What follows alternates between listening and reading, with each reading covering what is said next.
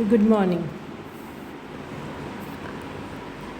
पिछली कक्षा के अंदर हमने जो इंडो ग्रीक शासक थे, इनकी राजनीतिक उसके समय में इनके साथ क्या क्या घटनाएं हुई, इसके बारे में पढ़ा था।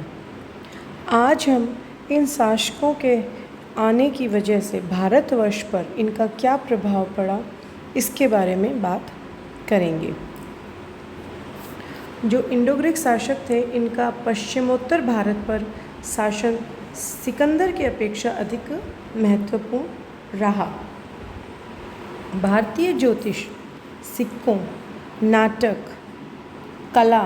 कला में विशेष रूप से हम मूर्तिकला की बात कर सकते हैं, आदि क्षेत्रों में भारतीयों ने यूनानियों से बहुत कुछ ग्रहण किया। इस काल में ही यूनानियों तथा भारतीयों का घनिष्ठ संपर्क स्थापित हुआ। प्राचीन भारत में सबसे पहले भारी भरकम जो विरुद्ध थे, इनका प्रयोग उस समय प्रारंभ हुआ जब यवनों यानी कि इंडो ग्रीक शासक, इन्होंने उत्तर पश्चिमी भारत पर अपना आधिपत्य स्थापित किया। इससे पूर्व अशोक जैसे शासक जो थे, वो भी केवल राजा विरुद्ध जो है वो धारण करते दिखाई देते हैं। सबसे पहले हम बात करेंगे इनके साहित्यिक प्रभाव की, कि इंडो ग्रीक शासकों का भारत पर साहित्यिक दृष्टि से क्या क्या इनका प्रभाव रहा। भारतीयों ने यूनानियों से ही संभवतः कलम, पुस्तक, सुरंग, शाही, फलक आदि शब्द जो हैं ग्रहण किए। इसी प्रकार यूनानियों ने भारतीयों से मरकट, वैदुर्य, श्रृंगवेर, कृपाण जैसे शब्द ग्रहण किए। मिलिंद पन्नों जो है, इसके ऊपर भी यूनानी प्रभाव दिखाई देता है। जो जैकोबी महोदय हैं, इनका ये मानना है कि भारतीयों ने दोहा जो है वो यूनानियों से सीखा है। संस्कृत नाटकों में पर्दे के लिए यवनिका शब्द का प्रयोग यूनानी प्रभाव का परिणाम है। कुछ विद्वान मृच्छकटिक की तुलना न्यू एटिक कॉमेडी जो है उससे करते हैं। उल्लेखनीय है कि 326 ईसा पूर्व सिकंदर के शिविर में झेलम नदी के तट पर एगेन नामक एक व्यंग्य नाटक का मंचन हुआ। भारत की धरती पर मंचित यह प्रथम यूनानी नाटक था। लेकिन यह मानना कि भारतीय संस्कृत नाटकों का उदय यूनानी नाटकों की देन है, ये भी खाली कल्पना है। वस्तुतः भारतीय नाटकों का उद्भव नट यानी कि नृत्य में ढूंढा जा सकता है तथा इसका मूल यम-यमी संवाद माना जा सकता है। अब बात की जाए ज्योतिष प्रभाव की।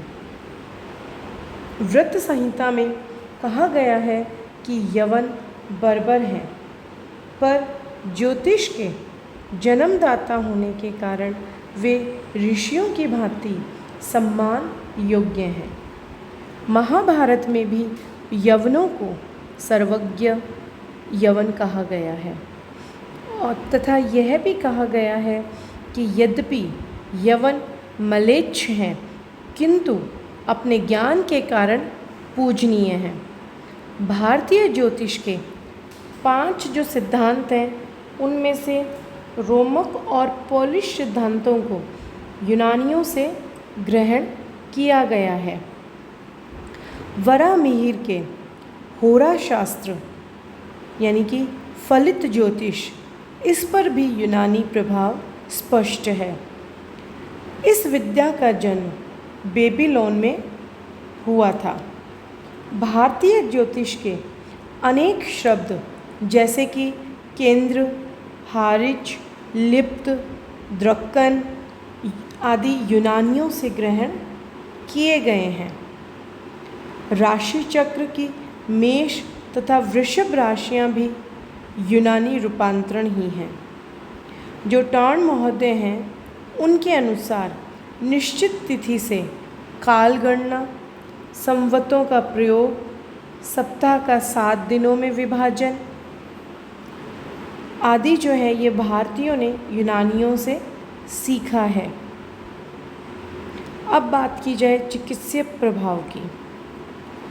यूनानी चिकित्सक हिप्पोक्रेटिस और भारतीय चिकित्सा शास्त्री चरक के सिद्धांतों में समानताएं हैं। दोनों के ग्रंथों में चिकित्सा शास्त्र के विद्यार्थी को दिलाई जाने वाली प्रतिज्ञा भी एक समान है।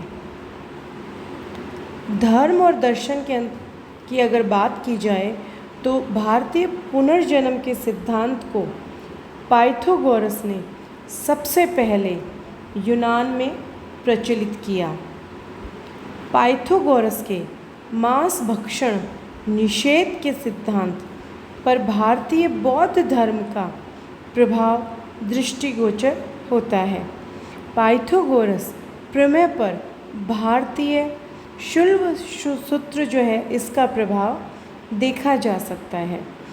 भारतीय संस्कृति के प्रबल प्रभाव ने यूनानियों को अपने भीतर समा लिया। मिनांडर ने बौद्ध धर्म ग्रहण कर लिया। हेलियोडोरस भागवत धर्म का अनुयायी बन गया।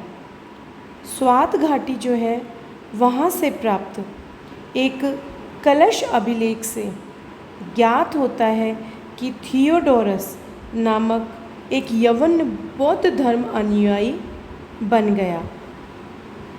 अब बात की जाए कला की, तो भारतवर्ष में कला की गांधार शैली का उदय यवन प्रभाव का परिणाम है, जिसे कि इंडो ग्रीक भी कहते हैं। यह यवनों के द्वारा पूर्व में प्रचलित हेलेनिस्टिक आर्ट का विकसित रूपांतरण है।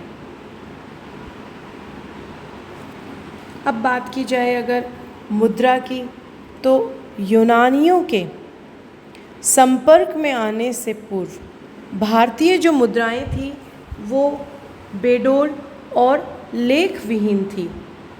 इंडो ग्रीक शासकों ने ही सबसे पहले अभिलेख युक्त जो अपने शासकों की आकृति युक्त और सोने के सिक्के जो हैं वो जारी किए।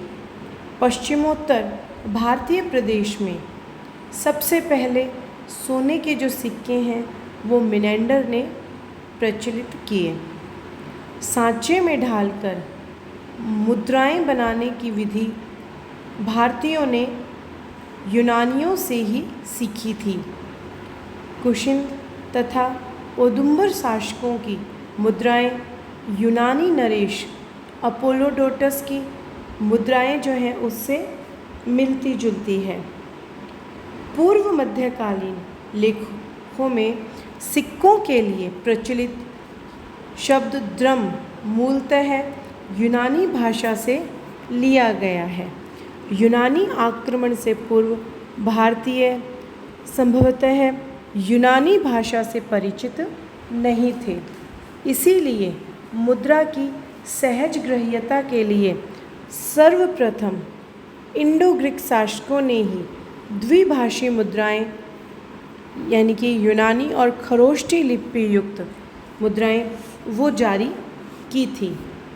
डेमेट्रियस प्रथम इंडो ग्रीक शासक था जिसने यूनानी और खरोष्टी लिपि युक्त सिक्के जारी किए।